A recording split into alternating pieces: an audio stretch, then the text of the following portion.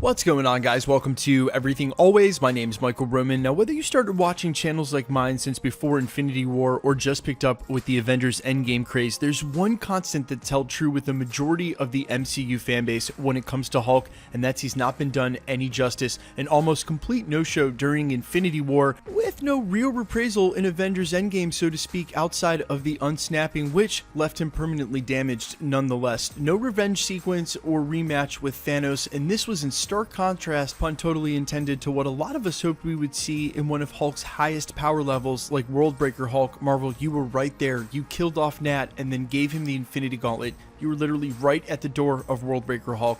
Alas, it wasn't to be, and now this new report that a new Hulk will be entering the MCU, not Bruce Banner, not She-Hulk Jennifer Walters, or Red Hulk in Thunderbolt Ross, but rather a new character altogether, playing a version of the Green Hulk with a very strong Easter egg and precedent already set in the MCU during the Age of Ultron movie, seems a little odd and maybe a little too early. We're going to break down the whole report of who this new Hulk is, what Easter egg they actually set up back in the Age of Ultron, and what this means for Bruce Banner's character going forward.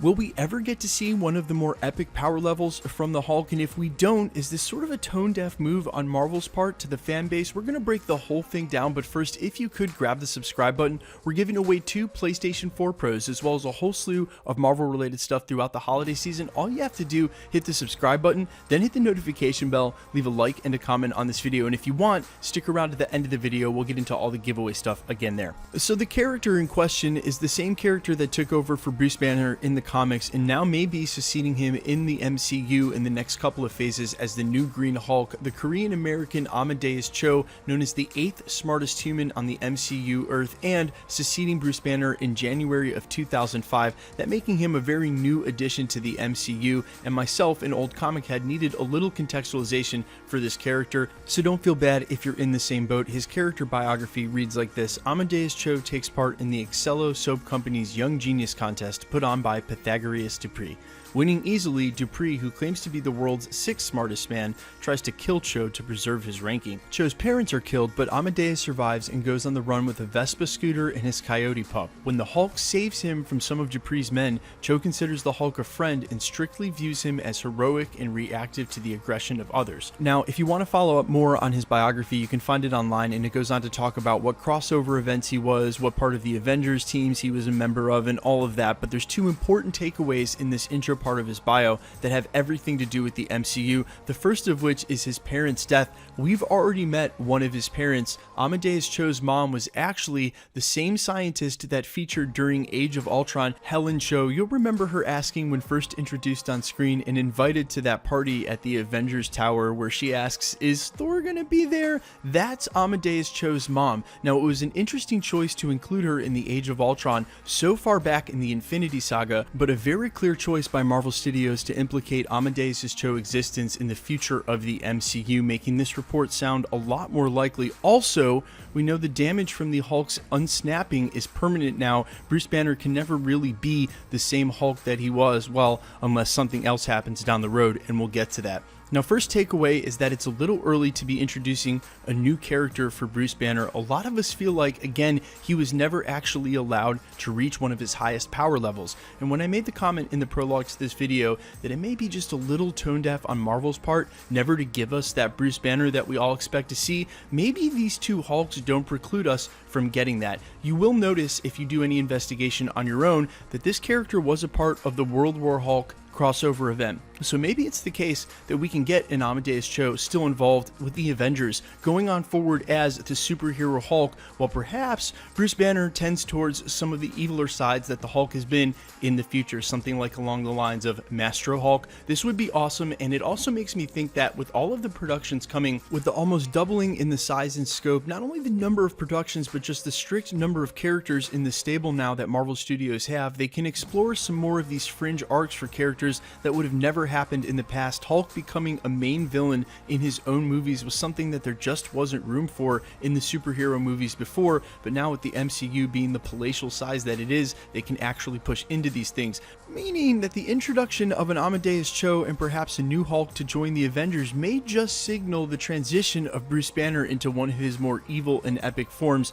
down the road. Either way, the first big takeaway was the Easter egg from that intro bio. The second big takeaway was how Amadeus views the Hulk and his main difference from Bruce Banner. Now, the entire time up until real recently in Avengers Endgame, Bruce Banner has been struggling with the co-entity of the Hulk. In fact, the majority of his arc was finding out how he was to deal with it. Now, I think it was a little bit of a cop-out that they didn't explain it at all, that he was just able to go into the Gamma Lab and figure this all out. If he was, why didn't he just do that before? We could have gotten Professor Hulk a while ago, and I also think it gave them an excuse not to make him the ultra rage monster that we all wanted to be. When you make him intelligent, as he said when he was walking through New York, he's just really over it all, and that's really the opposite kind of Hulk than the fans want to see. Amadeus Cho's embrace of the Hulk is that he's a friend who only shows aggression towards the aggression of others, someone there to protect him, and that's the main difference between him and Bruce Banner. It wouldn't just be a Bruce Banner all over again, a questioning protagonist who struggles with his newfound power, who's self-questioning in the first place, but rather a self-confident character who can use the Hulk as a friend and an ally from the beginning in order to get things done, rather than what we saw with the original Bruce Banner arc. Either way, it's been sort of a tone-deaf move by Marvel, not allowing Bruce Banner to reach one of his highest power levels, and with the introduction of Galactus or some of the events down the road, I figured that we would see this. It's my hope that if they do choose to introduce Amadeus Cho,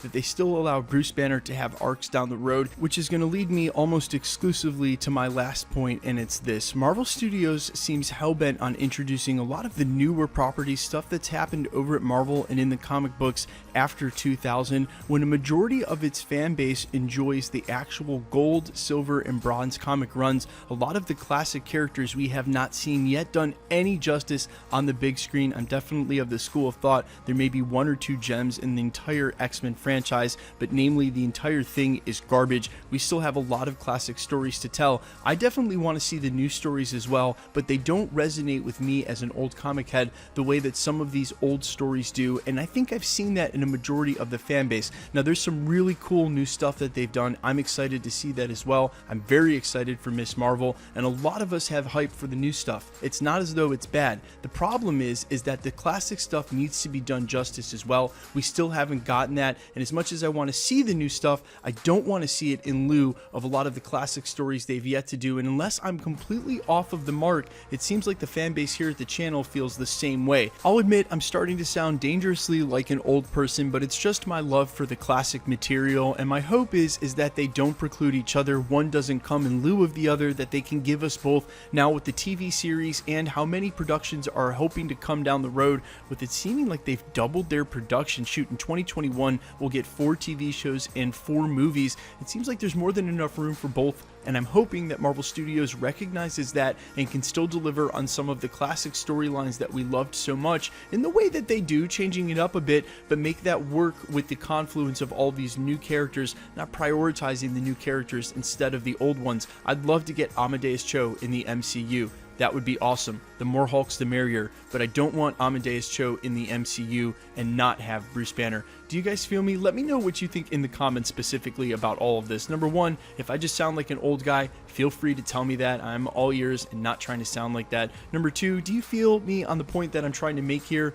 Sincerely, want the new stuff, want the old stuff too. Do you think there's enough room to do both? Are you hoping that they do these classic runs justice? Again, let me know in the comments how you feel about all of this. I've been jumping in the comments lately and having discussions with most of you guys. I'm super pleased with the reactions and the feedback. You guys are super intelligent, thoughtful, and kind. I appreciate it, keeping it that way amongst each other in the comment section. And if you don't, well, just watch out for the ban hammer. Now quickly, let's get into the giveaway stuff before I let you go. We're still giving away 2 PlayStation 4 Pros, the next of which is at the 500,000 subscriber mark. We're headlong into that and should easily hit that by next month's end. All you have to do, hit the subscribe button, then hit the notification bell, leave a like and a comment on this video. That'll automatically enter you to win the rest of the prizes that we give away throughout the holiday season, including 2 Infinity Saga limited edition box sets. We got our hands on 2 here at the channel to give away. We'll be announcing the formal rules and the official rules next week, but for this channel, all the same rules will apply. All you have to do is hit the subscribe button, then hit the notification bell, leave a like and a comment on this video, and because it's truly random, the more videos you like and comment on, the better chance you have of winning. All the winners are announced at the end of videos. The most 3 recent winners actually have